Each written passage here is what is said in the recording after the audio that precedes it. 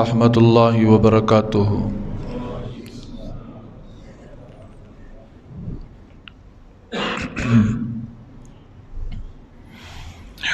الحمد للہ وکفیٰ وسلام علی عبادہ الذین اصطفیٰ، اما بعد۔ اعوذ باللہ من الشیطان الرجیم، بسم اللہ الرحمن الرحیم۔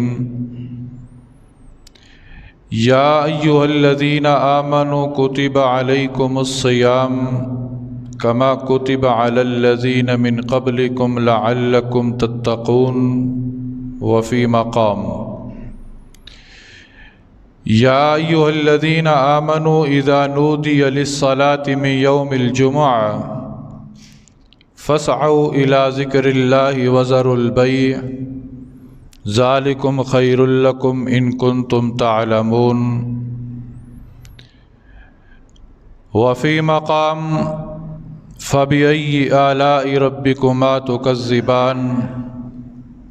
صدق اللہ مولانا العظیم۔ اللہم صلی علی محمد وعلی آل محمد کما صلیت علی ابراہیم وعلی آل ابراہیم انک حمید مجید۔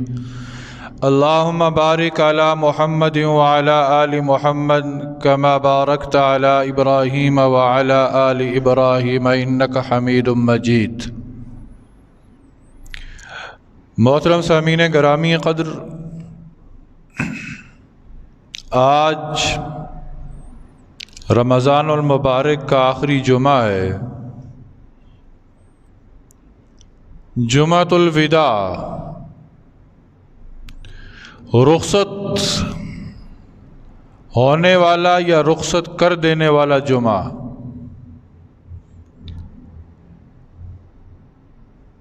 کس چیز کو رخصت کیا جا رہا ہے اور کون سی چیز رخصت ہو رہی ہے؟ اللہ رب العزت کی طرف سے ایک مہمان مہینہ ہمارے پاس آیا تھا کہ جس کے بارے میں رب نے خود کہا کہ یا ایھا الذین آمنوا کتب علیکم الصیام کما کتب علی الذین من قبلکم لعلکم تتقون۔ اے ایمان والو، تم پر روزے فرض کیے گئے جس طرح کہ تم سے پہلے لوگوں پر فرض کیے گئے تھے تاکہ تم متقی بن جاؤ۔ ایمان والوں کو تقوی کا معیار بتلانے کے لیے اور تقوی کی نہج پر لا کر کھڑا کر دینے کے لیے اللہ رب العزت نے ایک مہینہ عطا فرمایا تھا، وہ مہینہ ہم سے رخصت ہو رہا ہے، وہ مہینہ ہم سے رخصت ہو رہا ہے جس مہینے کے اندر سرکش شیاطین کو قید کر دیا جاتا ہے، وہ مہینہ کہ جس کے سحری اور افطاری کی دعا کی قبولیت کا رب نے وعدہ کر رکھا ہے، وہ مہینہ کہ جو قرآن کے نزول کا مہینہ ہے، وہ مہینہ جو لیلۃ القدر والا مہینہ ہے، وہ مہینہ کہ جس کا پہلا عشرہ رحمت، دوسرا مغفرت، تیسرا جہنم سے آزادی والا، وہ مہینہ ہم سے رخصت ہو رہا ہے، وہ مہینہ کہ جس ماہ مبارک کے اندر اے حضرت انسان تو کیا تیرے لیے سمندر کی مچھلیاں بھی دعائے مغفرت کر رہی تھیں، وہ مہینہ جدا ہو رہا ہے۔ اور یہ مہینہ رب کی طرف سے انعام تھا، انعام تھا۔ اور انعام کیسے تھا؟ اللہ رب العزت کی طرف سے مہمان بن کر یہ مہینہ ہمارے پاس آیا تھا، مہمان بن کر۔ اور دنیا کے اندر بھی ایک عام دستور ہے کہ جب میرے اور آپ کے گھر مہمان آئے تو ہمیں شریعت اسلامی یہ کہتی ہے کہ اس مہمان کا استقبال کرو۔ جب مہمان گھر میں آئے تو اس کا استقبال کرو، اور جب مہمان گھر سے رخصت ہو تو احترام کے ساتھ رخصت کر دو۔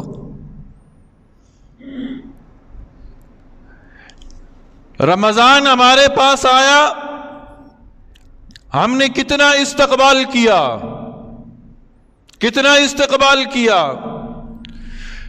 اب یہ رمضان میری اور آپ کی زندگی سے جدا ہو رہا ہے۔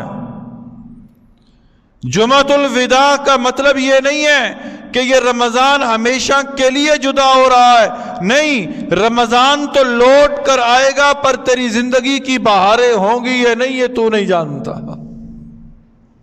پتہ نہیں تیری زندگی میں آئے گا یا نہیں آئے گا۔ اب جب یہ آیا تھا تو نے کتنا استقبال کیا، اب یہ رخصت ہو رہا ہے تو تو نے کتنے احترام کی تیاری کی ہے، تو نے کتنے احترام کی تیاری کی ہے۔ احترام کی تیاری کیا ہے؟ کیا ہم ہار بنوائیں؟ کیا ہم مووی کیمرے والوں کو بلائیں؟ کیا تیاری ہے رمضان کو احترام کے ساتھ رخصت کرنے کی؟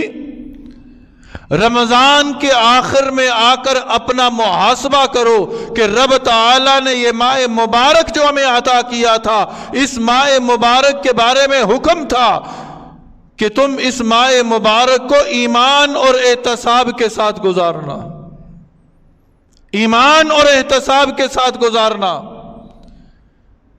اب یہ وقت ہے کہ ہم یہ دیکھیں کہ اس ماہ مبارک کو ہم نے ایمان اور احتساب کے ساتھ گزارا ہے۔ یہ جو رب کی طرف سے مہمان بن کر مہینہ ہمارے پاس آیا تھا، یہ اب رخصت ہونے کے قریب ہے، اس کی رخصتی کی کیا تیاری کی ہے؟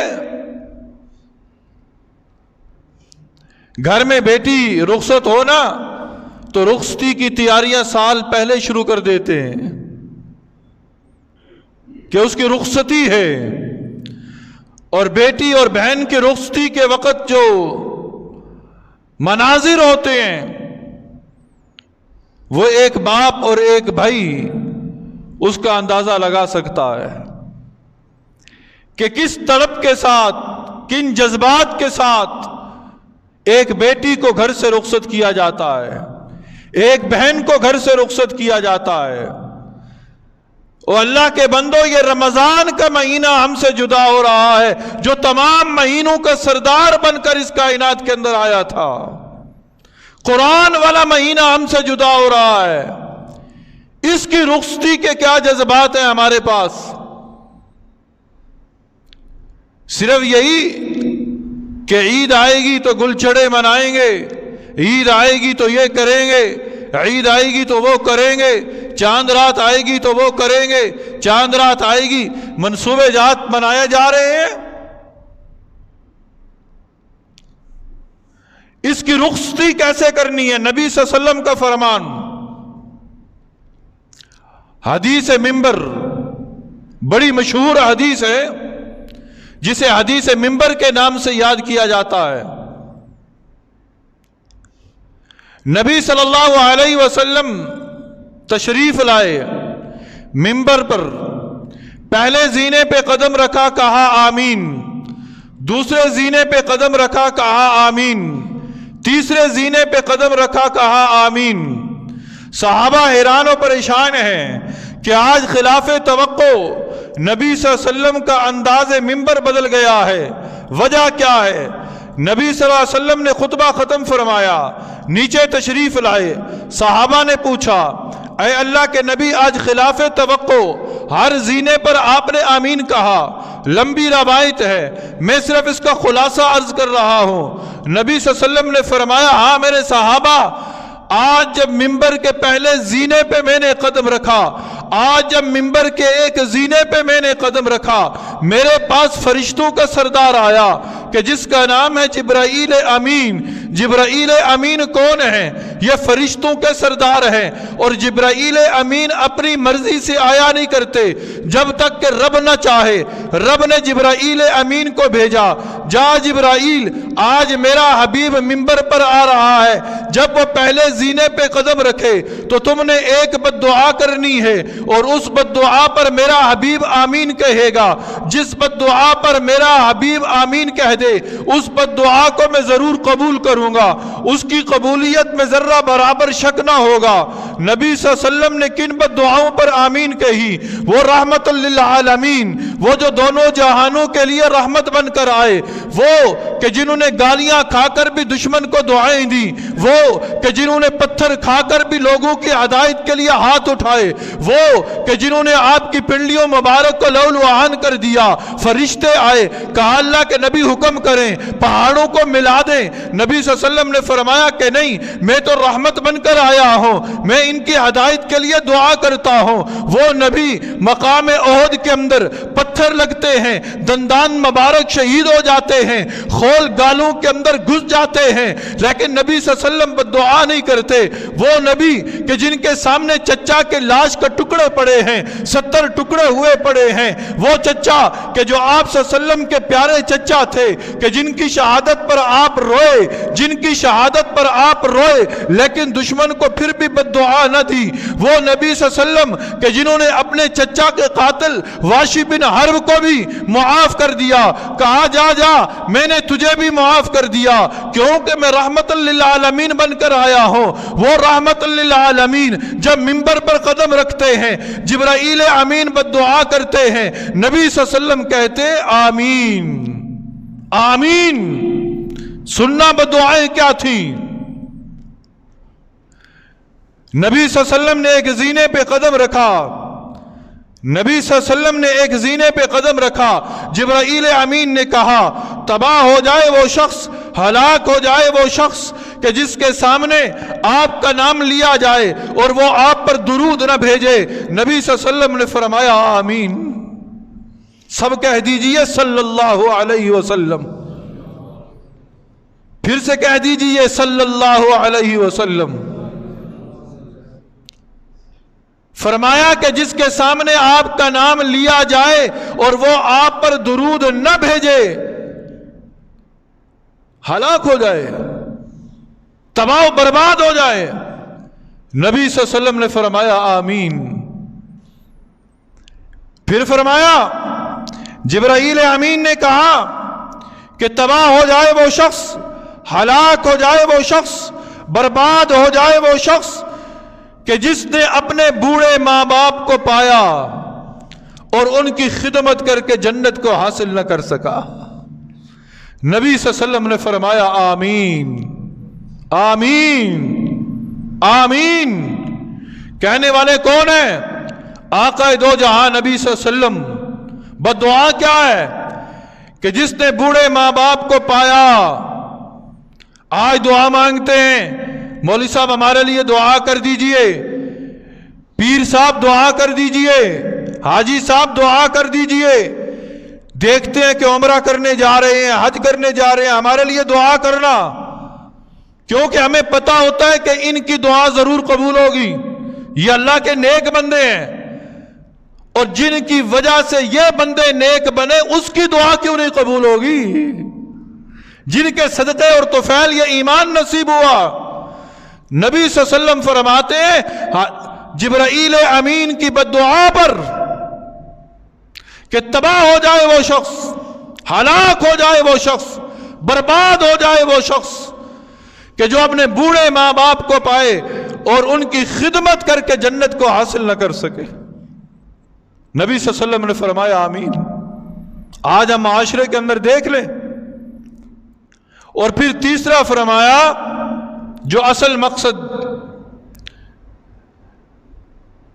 کہ ہلاک ہو جائے وہ شخص، تباہ ہو جائے وہ شخص، برباد ہو جائے وہ شخص کہ جو رمضان کا مہینہ پائے اور اس رمضان کے مہینے کے اندر عبادت کر کے اپنی مغفرت نہ کروا سکے۔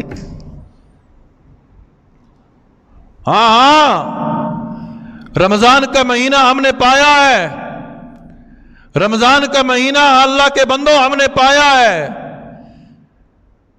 اب سوچنا یہ ہے کہ اس کے رخصتی کے وقت کے میں نے اور آپ نے اپنی مغفرت کروا لی کہ نہیں کروائی۔ کیا رمضان کو ایمان اور احتساب کے ساتھ گزارا یا نہیں گزارا؟ اس مہینہ میں ہم صرف وائرس کھیلتے رہے، اس مہینہ میں صرف سوشل ڈسٹینس پر گفتگو ہوتی رہی، اس مہینہ صرف بین الاقوامی سازشوں پر گفتگو ہوتی رہی، اس مہینہ صرف لوگوں کی اغیار بازی پر گفتگو ہوتی رہی، اس مہینہ صرف دکان کھولے نہ کھولے پر گفتگو ہوتی رہی، اس مہینہ کبھی شٹر بند کبھی شٹر کھلنا یہ کھیل کھیلا جاتا رہا۔ رمضان تو گزر گیا، رمضان تو اپنے اختتام کے قریب جا پہنچا، ہم تو لاک ڈاؤن کھیلتے رہے۔ کبھی یہ سوچا اس مہینے کے اندر یہ لاک ڈاؤن ہوا کیوں تھا؟ یہ لاک ڈاؤن ہوا کیوں تھا؟ کبھی یہ سوچا کہ آج مردوں کے چہرے پر نقاب کیوں آیا؟ کبھی یہ سوچا کہ آج مردوں کے چہرے پہ نقاب کیوں آیا؟ کبھی یہ سوچا کہ آج مرد کو گھر کے اندر کیوں معصور کر دیا گیا کہ تو نے بھی گھر سے نہیں نکلنا؟ ہاں جب لوگوں کو گھروں کے اندر معصور کیا جا رہا تھا ہم ہنس رہے تھے، جب میری بہنوں کے نقاب کھینچے جا رہے تھے، جب میری بہنوں کے نقاب نوچے جا رہے تھے، جب میری بہنوں کے چہروں سے نقاب کی جو ہے وہ پھاڑے جا رہے تھے، ان کی عصمت دری کی جا رہی تھی، اس وقت یہ مسلمان سوچ نہیں رہا تھا، اس کی توجہ ہی نہیں تھی، سوچ رہا تھا وہ شام کی عورت ہے، وہ کشمیر کی عورت ہے، وہ افغانستان کی عورت ہے۔ جب ان کی معیشت تباہ ہو رہی تھی، جب شام کی مہاجرین کی معیشت تباہ ہو رہی تھی، جب کشمیر میں لاک ڈاؤن کیا جا رہا تھا، اس وقت کسی کی توجہ نہ تھی۔ توجہ نہ ہونے پر رب تعالیٰ نے پوری دنیا پہ لاک ڈاؤن کروا کے دکھایا یا نہیں دکھایا؟ تم بنت ہوا کے نقاب کھینچو، رب نے مردوں کا نقاب پہنا دیے۔ تم مظلوموں کی معیشت کا مذاق اڑاؤ، تمہاری معیشت کہاں چلی گئی؟ اور پھر ایسے حال کے اندر رب تعالیٰ نے رمضان کا مہینہ عطا کیا کہ چلو اس کے اندر عبادت کر کے تم اپنے گناہوں کی معافی مانگ لو، تم اپنے گناہوں کی معافی مانگ لو۔ لیکن ہائے افسوس کہ یہ رمضان بھی ہم سے جدا ہو رہا ہے اور ہم پھر بھی سبق حاصل نہ کر سکے، پھر بھی سبق حاصل نہ کر سکے۔ موت کا خوف، ایمان والا موت سے کہاں ڈرتا ہے؟ الموت تحفۃ المومن، موت تو ایمان والے کے لیے تحفہ ہے، ایمان والے کے لیے تحفہ ہے۔ موت تو ہمیں ملائے گی نبی صلی اللہ علیہ وسلم سے، موت کے پل پر سے گزر کر ہم ملیں گے جا کر حسنین سے، موت کے پل پر سے گزر کر ہم جا کر ملیں گے صحابہ سے، موت کے پل پر سے گزر کر ہم جا کر زیارت کریں گے رب کی۔ لیکن یہ تب ممکن ہوگا کہ جب اس دنیا کے اندر ان مقدس ہستیوں کی ملاقات کی تیاری کی ہوگی۔ فمن کان یرجو لقاء ربی فلیعمل عملا صالحا ولا یشرک بعبادت ربہ احدا۔ جو شخص یہ چاہتا ہے کہ اپنے رب سے ملاقات کرے، اپنے رب سے ملاقات کی وہ امید رکھتا ہے، خواہش رکھتا ہے، فَلْيَعْمَلْ عَمَلًا صَالِحًا، پس اسے چاہیے کہ اس دنیا کے اندر وہ نیک اعمال کرے۔ اور ان نیک اعمال میں سے ایک عمل یہ رمضان کی عبادت بھی تھا۔ نماز تراویح کے اندر قرآن مکمل ہو گئے، ایک سحری یا دو افطاریاں باقی رہ گئی غالباً، ہو سکتا ہے۔ اب سوچنا یہ ہے میرے دوست، سوچنا یہ ہے کہ اب ہم کن جذبات کے ساتھ اس ماہ مبارک کو رخصت کریں گے۔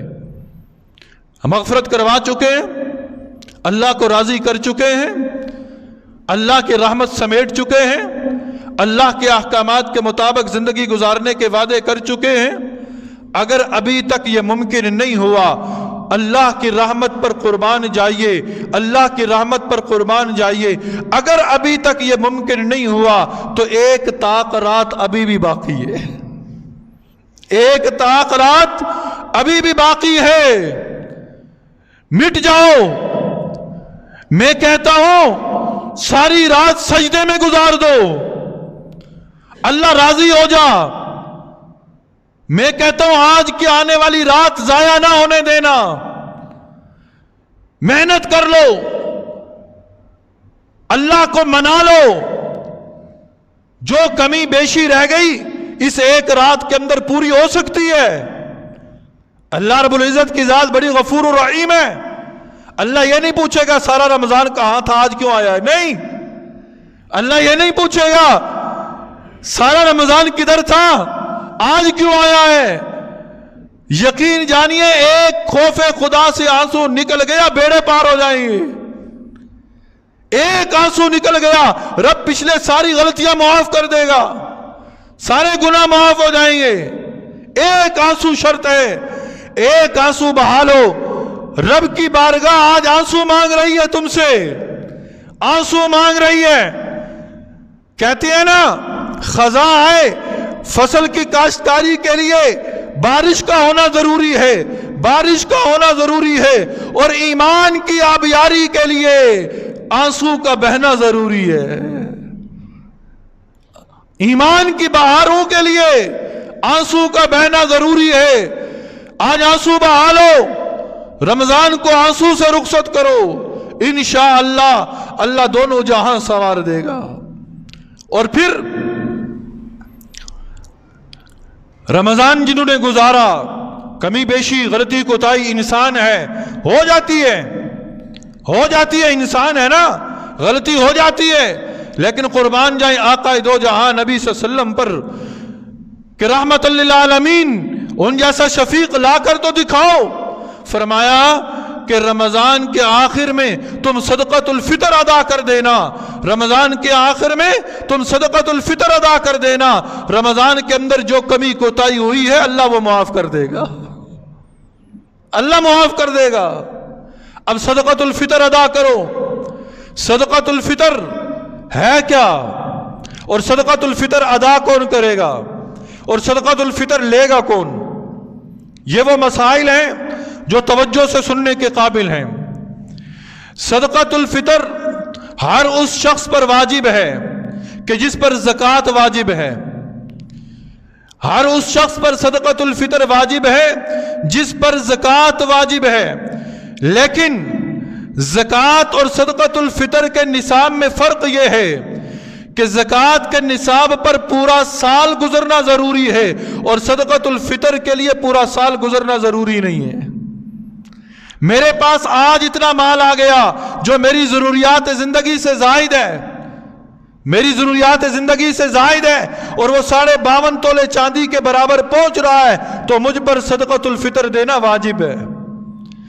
اب گھروں کے اندر نبی صلی اللہ علیہ وسلم نے تو فرمایا میرا دل یہ چاہتا ہے میری امت کا امیر بھی دے، میری امت کا غریب بھی دے، بڑا بھی دے، چھوٹا بھی دے۔ اب آج ہم اپنے گھروں کے جائزے لیں، کہتے ہیں جی مجھ پر تو زکوٰۃ نہیں ہے، میں تو زکوٰۃ میں نہیں دے سکتا، میں صدقۃ الفطر بھی نہ دوں۔ اور گھر کے اندر کیا ضروریات زندگی کی چیزیں موجود نہیں ہیں؟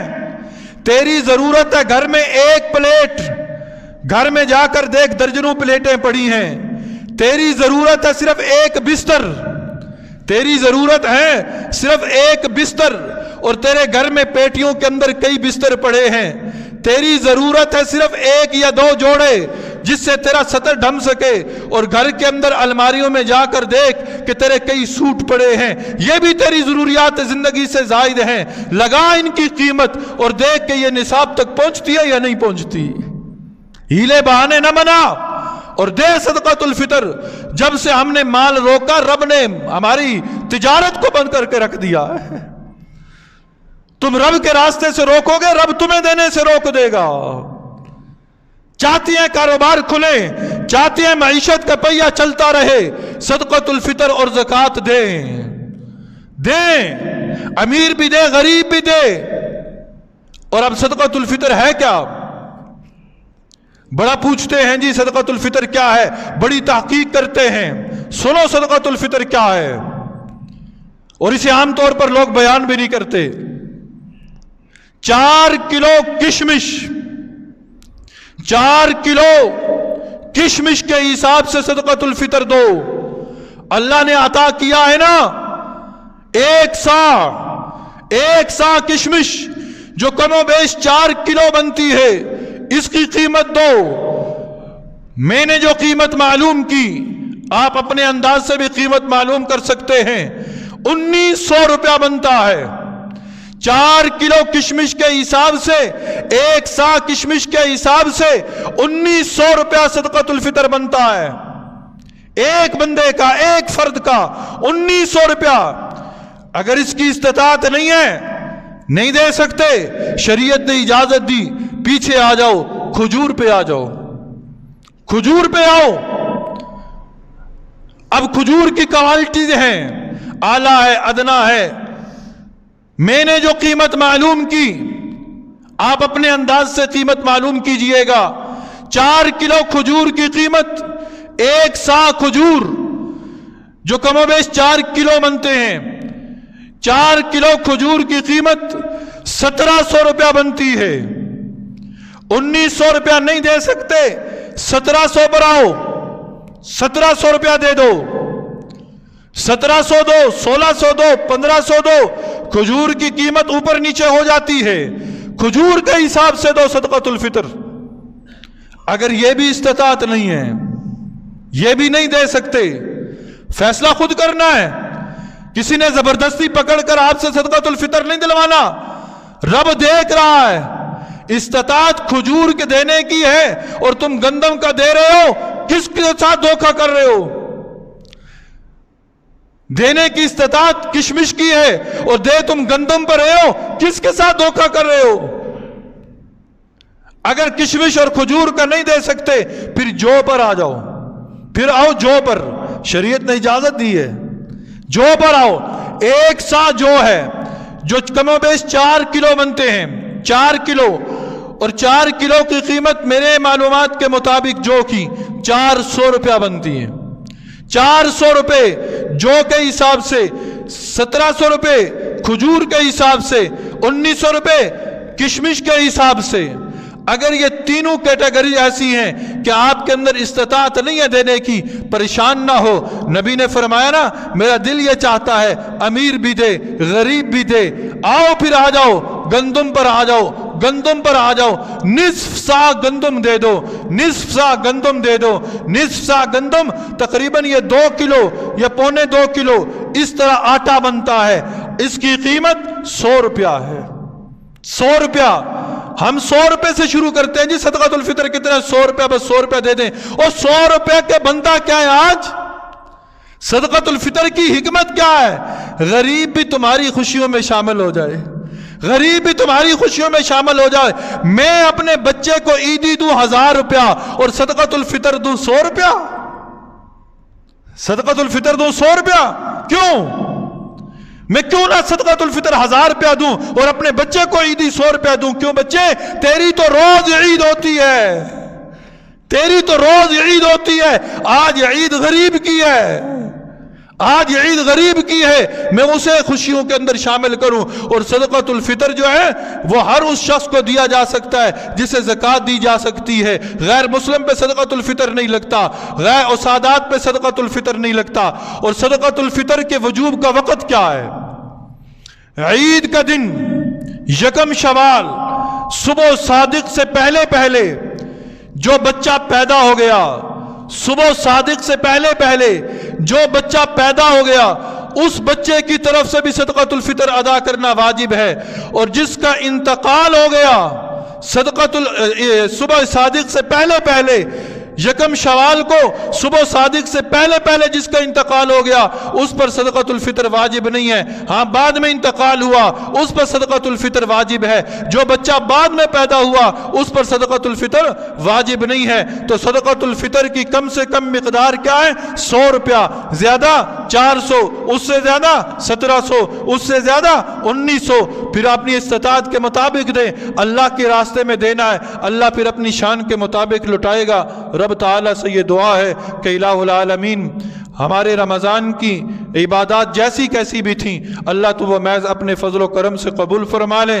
اور اللہ جو کمی بیشی رہ گئیں اللہ تو وہ محض اپنے فضل و کرم سے معاف فرما دے، اور آئندہ آنے والے لمحات کے اندر ہمیں خشوع و خضوع کے ساتھ، اب ہے مانگنے کا وقت، اب عبادت کم مانگ زیادہ، اب ہے مانگنے کا وقت۔ مزدور مزدوری لیتے ہوئے کیا کرتے، مانگتا ہے نا، اب مزدوری اینڈ ہو چکی ہے، اختتام کے قریب ہے، اب زیادہ مانگ، رو، اللہ کی بارگاہ میں التجا کر کہ اللہ تو معاف کر دے۔